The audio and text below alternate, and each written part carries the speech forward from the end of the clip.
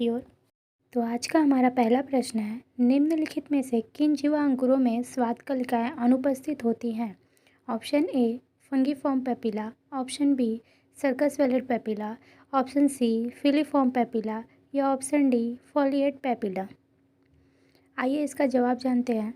इसका जवाब होगा option A fungiform papilla.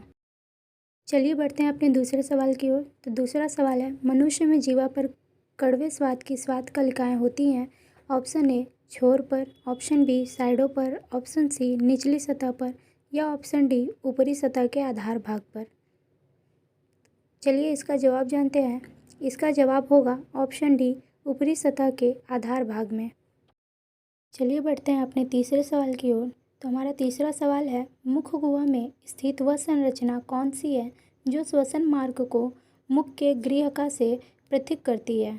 Option A जीवा, ऑप्शन बी तालु, ऑप्शन सी मुख ग्रसनी या ऑप्शन डी नासाग्रसनी।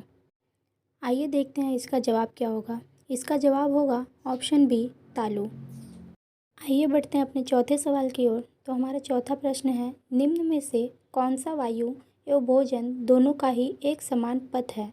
ऑप्शन ए कंठ, ऑप्शन बी निगल द्वार, ऑप्शन सी ग्रसनी या ऑप्शन डी ग्लोटिस। चलिए देखें इसका जवाब क्या होगा। इसका जवाब है ऑप्शन बी निगल द्वार। चलिए बढ़ते हैं अपने पांचवें प्रश्न की ओर। तो हमारा पांचवा प्रश्न है, ग्रसिका के जे आकार के थैलीनुमा संरचना में खुलने को किससे नियंत्रित किया जाता है? इसका option A pyloric sphincter, option B ileocaecal sphincter, option C Oddi sphincter या ऑप्शन डी कार्डियक स्फिंक्टर। आइए इसका जवाब देखते हैं।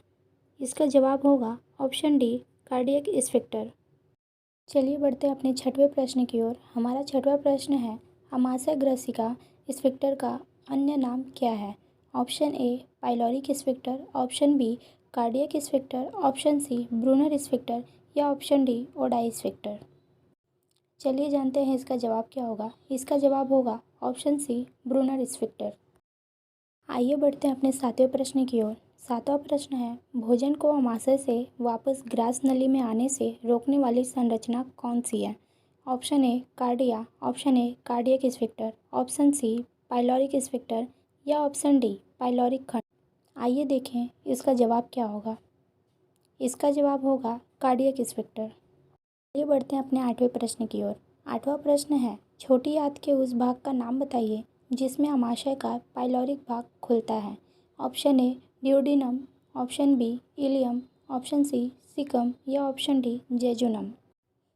चलिए जानते हैं इसका जवाब क्या होगा। इसका जवाब होगा ऑप्शन ए ड्यूोडेनम। आइए बढ़ते हैं अपने नौवें प्रश्न की ओर। हमारा नौवां प्रश्न है, पाइलोरिक स्फिंक्टर किस किस के बीच होता है?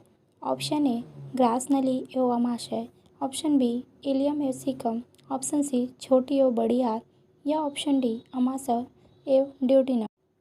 आइए देखते हैं इसका जवाब क्या होगा। इसका जवाब होगा ऑप्शन डी अमाशय एवं ड्यूोडेनम। चलिए बढ़ते हैं अपने 10वें प्रश्न की ओर। 10वां प्रश्न है, मानव की आहार नाल की सबसे आंतरिक परत अमाशय में अनियमित वलन बनाती है। ये कहलाते हैं कुछ। Option A lumen, option B villi, option C rugae या ऑप्शन डी दोनों, बी तथा सी। चलिए देखें इसका जवाब क्या होगा। इसका जवाब होगा ऑप्शन सी रुगे। आगे बढ़ते हैं अपने 11वें प्रश्न की ओर। 11वां प्रश्न है, छोटी आंत का कौन सा भाग बड़ी आंत में खुलता है? Option A caecum, option B ileum, option C duodenum या ऑप्शन डी जेजुनम। आइए देखें इसका जवाब क्या होगा। इसका जवाब होगा ऑप्शन सी ड्यूोडेनम। चलिए बढ़ते हैं अपने 12वें प्रश्न की ओर।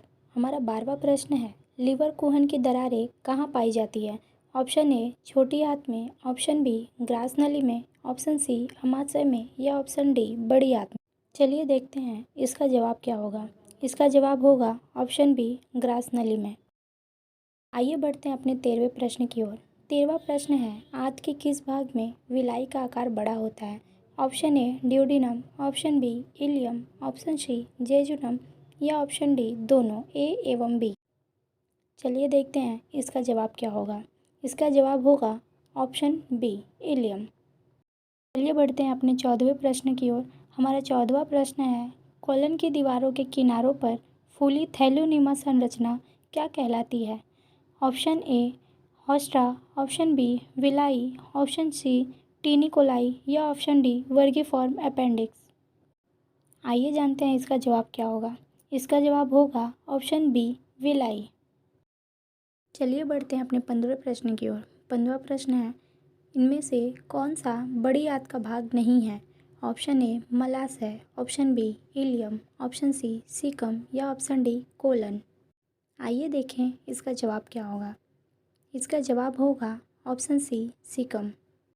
आइए बढ़ते हैं अपने 16वें प्रश्न की ओर। हमारा 16वां प्रश्न है, आहार नाल के 4 स्तरों में से कौन सा स्तर विलाई उंगलीनुमा प्रवर्त बनाता है?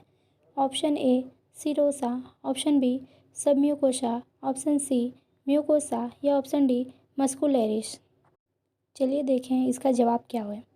इसका जवाब है ऑप्शन बी सबम्यूकोसा। आइए बढ़ते हैं अपने 17वें प्रश्न की ओर। हमारा 17वां प्रश्न है, अमाशय में किसका श्रवण होता है? ऑप्शन ए आंतरीय रस का, ऑप्शन बी गैस्ट्रिक रस का, ऑप्शन सी पित्त रस का या ऑप्शन डी अग्नाशयी रस का। आइए देखें इसका जवाब क्या होगा। इसका जवाब होगा ऑप्शन सी पित्त रस का। बढ़ते हैं अपने 18वें सवाल की ओर। 18वां सवाल है, मानव शरीर की सबसे बड़ी ग्रंथि है? ऑप्शन ए जठर ग्रंथि, ऑप्शन बी यकृत, ऑप्शन सी अग्नाशय या ऑप्शन डी लार ग्रंथि। चलिए जानते हैं इसका जवाब क्या होगा। इसका जवाब होगा अग्नाशय।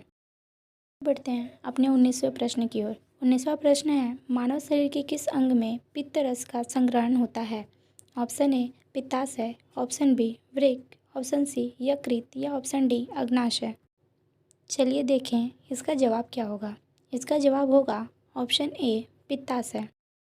चलिए बढ़ते हैं आज के अपने आखिरी सवाल की ओर। 20वां सवाल है, पाचन की प्रक्रिया आरंभ होती है? ऑप्शन ए आमाशय, ऑप्शन बी ग्रसिका, ऑप्शन सी आंत या ऑप्शन डी मुख। आइए देखें इसका जवाब क्या होगा। इसका जवाब होगा ऑप्शन सी आंत।